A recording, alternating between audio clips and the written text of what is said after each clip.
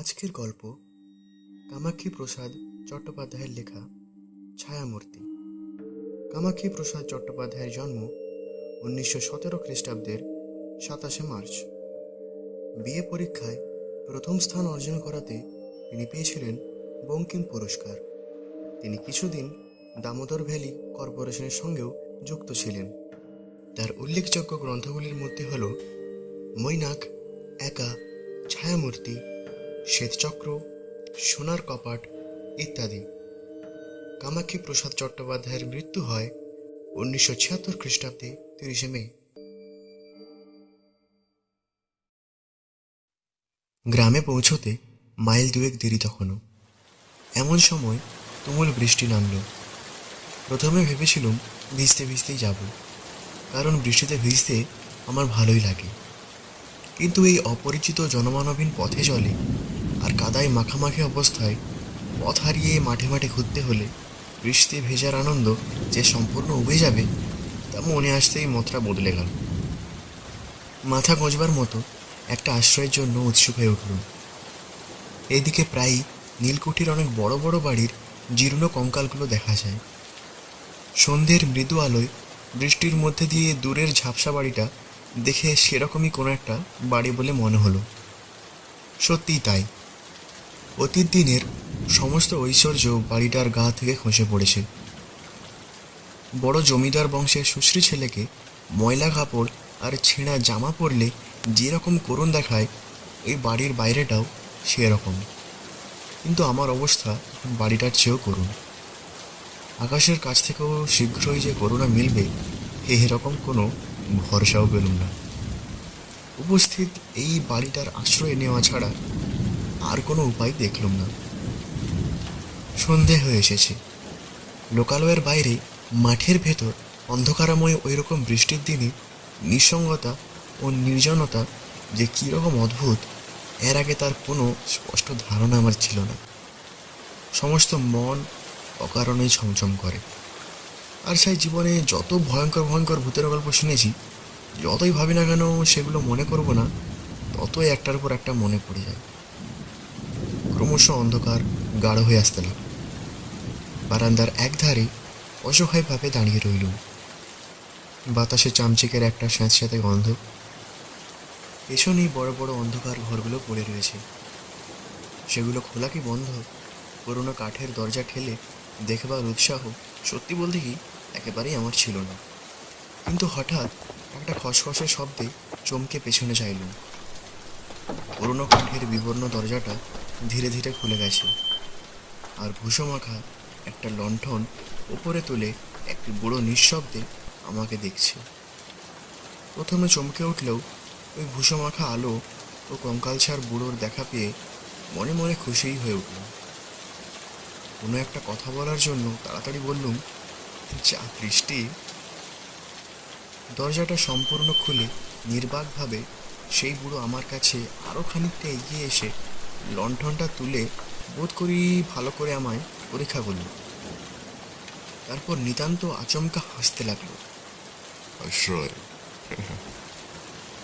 তারপর তেমনি আচমকা গম্ভীর হয়ে মুখটা ভারী করে বললে, ভেতরে এসো, কিন্তু জায়গাটা হয়তো তোমার সহ্য হবে না। বুড়ো দরজাটার দিকে এগিয়ে গেল। তার দেহের প্রতিটি নড়াচড়া ঠিক যেন কলের মানুষের মতো। অনেকক্ষণ পরে আলো ও মানুষের দেখা পেয়ে সত্যিই আমি বেশ খানিকটা উৎসাহ পাচ্ছিলুম। তাই সেসব দিকে নজর না দিয়ে বুড়োর পেছন পেছন চললুম। বিরাট বড় বড় সব ঘর, অনেক ভাঙা জিনিসের আবর্জনায় ভরা। সেই ভূষমাখা লণ্ঠনের মৃদু লাল আলোয় পলেস্তারা খসা দেওয়ালের গায়ে যেন অদ্ভুত ধরনের ছায়া সব ঘোরাঘুরি করছে। আবঝা আলোয় গোটা তিনেক বেশ বড় বড় ঘর পেরিয়ে অবশেষে বাড়ির পেছনের অংশে এসে পৌঁছলুম। বুড়ো সামনের ঘরের দরজাটা খুলে যন্ত্রের মানুষের মতো সেই রকম আড়ষ্টভাবে আগে ভেতরে গেল। বহু পুরনো বিবর্ণ একটা টেবিলের উপর বুড়ো লণ্ঠনটা রাখল। ঘরে একটি মাত্র নড়বড়ে তক্তা, ময়লা বিছানা, তার উপর আর আসবাবপত্রের মধ্যে এই টেবিলটা ছাড়া হাতল ভাঙা মাত্র আরেকটি চেয়ার। সেই চেয়ারটাই আমাকে বসতে বলে বুড়ো কীরকম অস্থিরভাবে খানিক পায়চারি করতে লাগলো। হঠাৎ সামনের সরষিটা খুলে অন্ধকার বৃষ্টি ভেজা আকাশের দিকে চেয়ে রইল। কোনো রকম আলোক জমাবার জন্য বললুম, আপনি তো এতক্ষণ এই ঘরেই ছিলেন, একা থাকতে। আমার স্বর শুনে সে কেমন যেন চমকে উঠল। কথার মাঝখানে আমাকে থামতে হলো। ধীরে ধীরে সে আমার দিকে ফিরে দাঁড়ালো, কিন্তু আমার যেন কীরকম মনে হলো ঘাড় ফেরাতে পারে না বলেই সমস্ত শরীর যেন কলের মতো তাকে ঘোরাতে হচ্ছে। বলছো কি? না, আমি তো এতক্ষণ বাগানই পাইচারি করছি। তোমাকে আসতে দেখেই না কি আলো জেলে আনলো। এই বৃষ্টিতে আপনি বাগানে ছিলেন? একটু আশ্চর্য হয়েই প্রশ্ন করলুম। ততধিক আশ্চর্য হয়ে সে বললে, বৃষ্টি? বলো কি, কখন থেকে নামলো? আচ্ছা পাগল লোক তো। বললাম, সে তো অনেকক্ষণ। ঘরে এসে কাপড় জামা বদলাননি? অতিমাত্রায় ব্যস্ত হয়ে সে বলল, না না, কাপড় জামা যদি ভিজেই থাকে আপনি শুকিয়ে যাবে। বুড়ো তক্তাটার এক কোণে কীরকম যেন আলগোছে বসল, খানিক চুপচাপ। আমি কিন্তু মনে করছিলুম আজ তারা নিশ্চয়ই আসবে। চুপ! কিছু শুনতে পেলে কি? কতগুলো লোকের অস্পষ্ট পায়ের শব্দ। সেই তারা যারা আমার ছেলেটাকে নিয়ে গেল। কান পেতে কিছু শুনবার চেষ্টা করতে লাগলো। তুমুল বৃষ্টির শব্দ, ঝুমঝুম। কিন্তু কেমন যেন মনে হলো বাইরে কারা সাবধানে পা ফেলিয়ে এগিয়ে আসছে। কে তারা?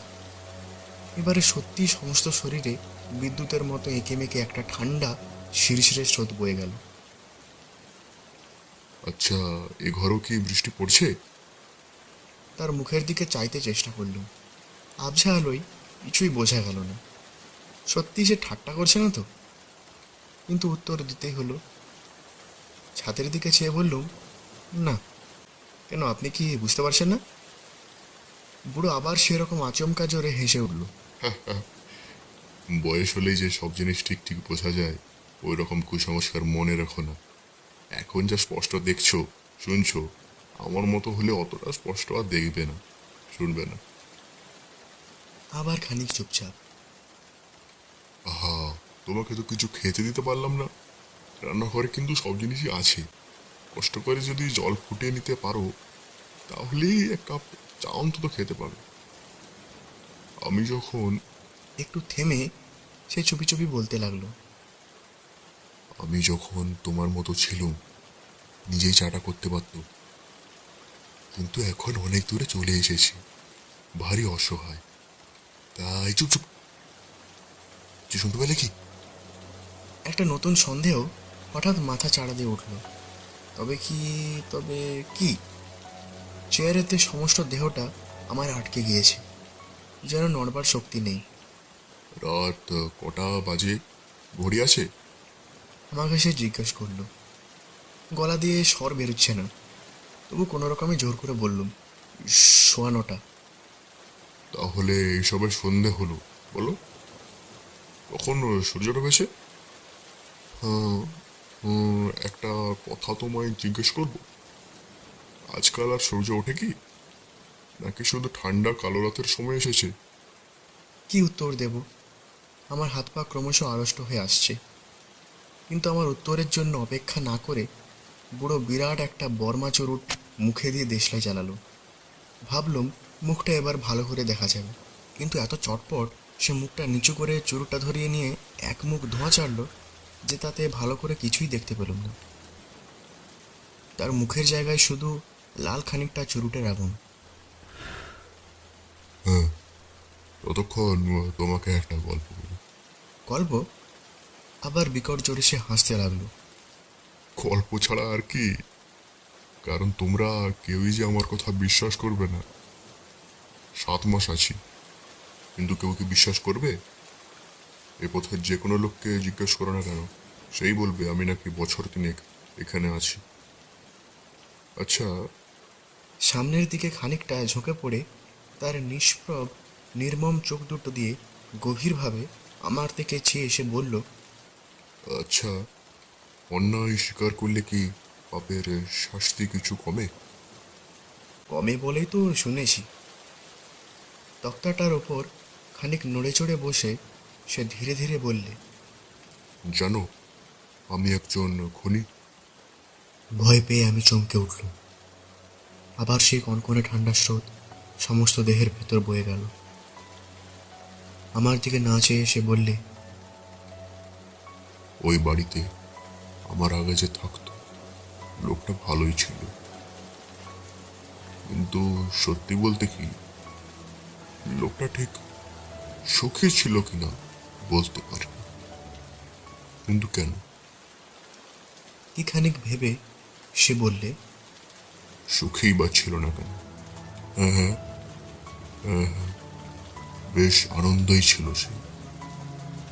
আগে সে থাকতো শহরে, কিন্তু সে শান্তি চাইত, নির্জনতা চাইত। তাই হঠাৎ ওই বাড়িটা কিনে ছোট্ট একটা ছেলেকে নিয়ে এখানে চলে এলো। ছেলেটা বেশ সুন্দর ছিল, আমি দেখেছিলাম।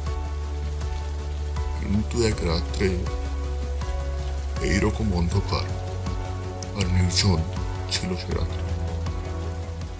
কারা এসে নিয়ে গেল? চুপ চুপ, কারোর পায়ের শব্দ পাচ্ছ কি? ভিজে মাঠে শুধু ব্যাঙের ডাক শোনা যাচ্ছে। বাতাসে চামচিকের গন্ধটা আরও স্যাঁতস্যাঁতে, আরও ভারী হয়ে উঠেছে। হঠাৎ সে আলোটাকে একটু বাড়িয়ে দিয়ে বললে, আচ্ছা, সামনের জানালার সার্সিতে তুমি নিজের কটা ছায়া দেখতে পাচ্ছ? জানালার 5টা কাছে আমার 5টা।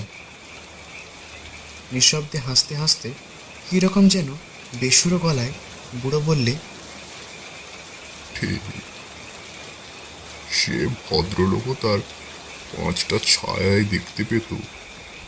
চুরুটটায় আরও গোটা 2 টান দিয়ে বুড়ো বললে,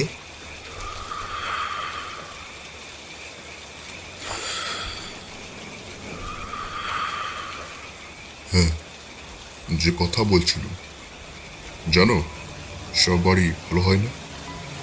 যখনই কোনো নতুন বাড়িতে উঠে যাবে, আগে নিশ্চিত জেনে নিও সেটা ভালো বাড়ি কিনা। কারণ কতগুলো বাড়ি আছে। এতক্ষণে বাড়ি সম্বন্ধে আলোচনা হওয়ায় উৎসাহিত হয়ে বলে উঠলুম, ঠিক ঠিক, মেঝে হয়তো খারাপ থাকে, দেওয়ালে মারাত্মক অসুখের বীজাণু থাকতে পারে, ব্রেনে বাধা দিয়ে বুড়ো বললে, না না, সে কথা নয়। কতগুলো বাড়ি আছে যে সবাইকার সহ্য হয় না।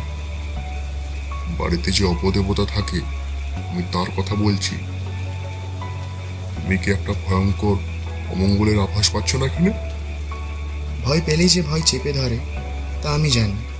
তাই বললুম, কই তেমন আর কি।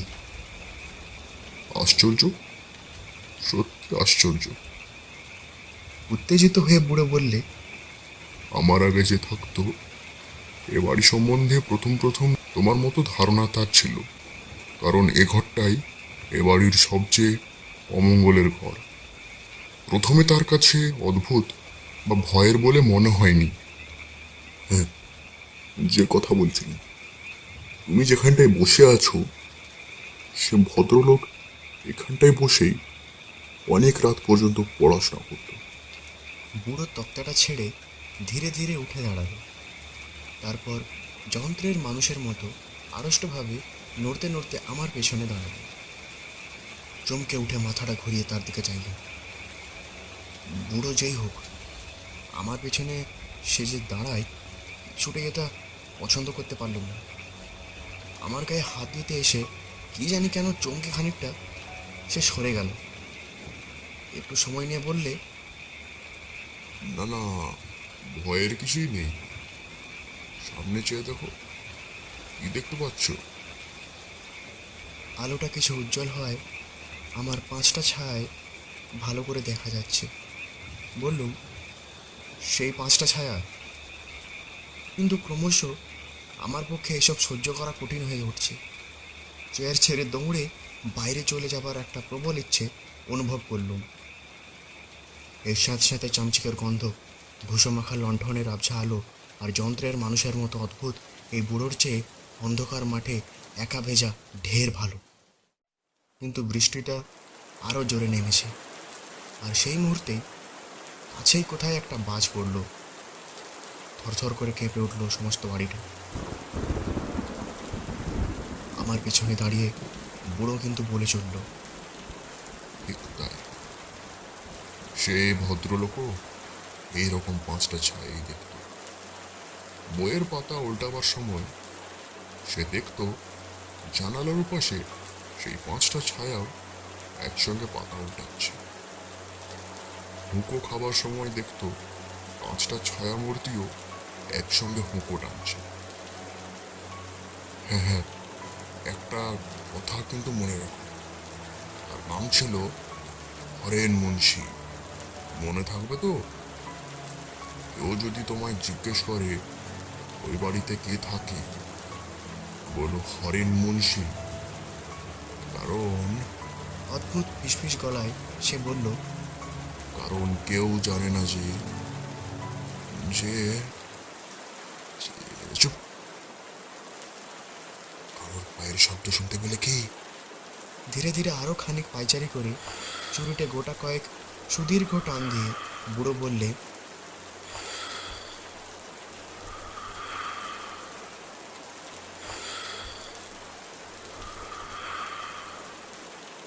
প্রথমে লোকটা ভালোই ছিল এখানে, কিন্তু তার ছেলেটা চুরি যাওয়ার পর এ বাড়িতে অপদেবতা আছে সে যেন বুঝতে পারল। কিন্তু তার ছেলেটা চুরি যাবার পর এ বাড়িতে অপদেবতা আছে সে যেন বেশ বুঝতে লাগল। তারা যেন ঘুরে বেড়ায় এ ঘর থেকে ও ঘরে, বারান্দায়, ছাদে, বাগানে, যেন হাসে, যেন কথা বলে, ফিস ফিস করে। আরেকটা জিনিস এবার থেকে সে লক্ষ্য করল, এই ছায়াগুলো যেন ক্রমশ তার অবাধ্য হয়ে উঠছে। বইয়ের পাতা উল্টালে সবাই হয়তো আর পাতায় উল্টায় না, কেমন যেন একটা বেয়াড়া ভাব তাদের মধ্যে।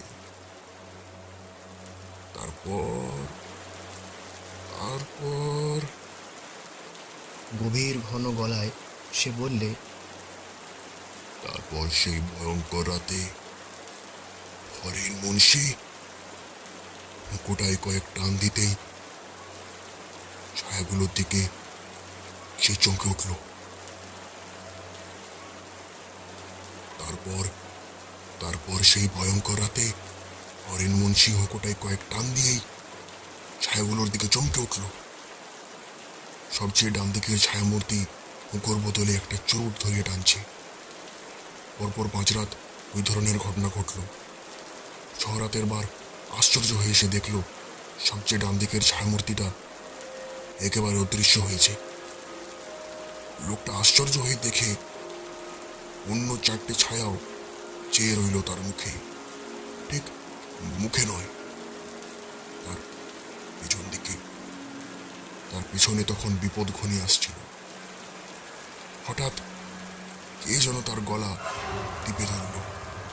নিঃশ্বাস বন্ধ হয়ে এলো, রক্ত মুখ ছাড়ল না। শেষ নিঃশ্বাস ফেলার আগে লোকটার বেশ মনে আছে অন্য 4টে বাদ্য ছায়া যেন হাসছিল। চুরুকটায় গোটা 2 টান দিয়ে বুড়ো কানের কাছে মুখ এনে খুব ধীরে ধীরে বললে, সে হাত কার জানো? সেই পঞ্চম ছায়ামূর্তিটা। তারপর আমার কাঁধের উপর দিয়ে 2টো রক্তহীন ফ্যাকাশে হাত টেবিলের দিকে বাড়িয়ে জন্য হাঁপাতে হাঁপাতে বলতে লাগলো, এই সেই হাত দুটো যে দুটো হত্যা করেছে, আমারই এই দুটো হাত। উত্তেজনায় আর ভয়ে বুড়ো ভয়ানক চঞ্চল হয়ে উঠেছে। আর সেই দেহটা নিয়ে কি করলাম জানো? আমার পেছন থেকে ধীরে ধীরে সামনের জানালাটার কাছে এগিয়ে এসে নিজের বুকে হাত দিয়ে বললে, এই সেই দেহটা, এই দেহটাকে চালিয়ে নিয়ে বেড়াচ্ছে একটা ছায়া মূর্তি। চার ছেড়ে বিদ্যুৎ স্পৃষ্টর মতো উঠে দাঁড়ালো। মুখের উপর একটা আঙুল দিয়ে বুড়ো বলল, চুপ, বাইরে কার পায়ের শব্দ? তারা এলো বুঝে, তারা এলো বুঝে। কিন্তু অনেকটা পাগলের মতোই তার কোনো কথায় কান না দিয়ে ছোট্ট সেই বাড়িটা থেকে বেরিয়ে পড়লাম।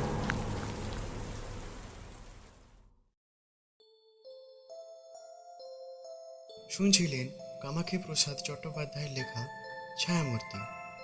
গল্প পাঠে ও গল্পের সূত্রধার আমি আকাশ খোড়াই।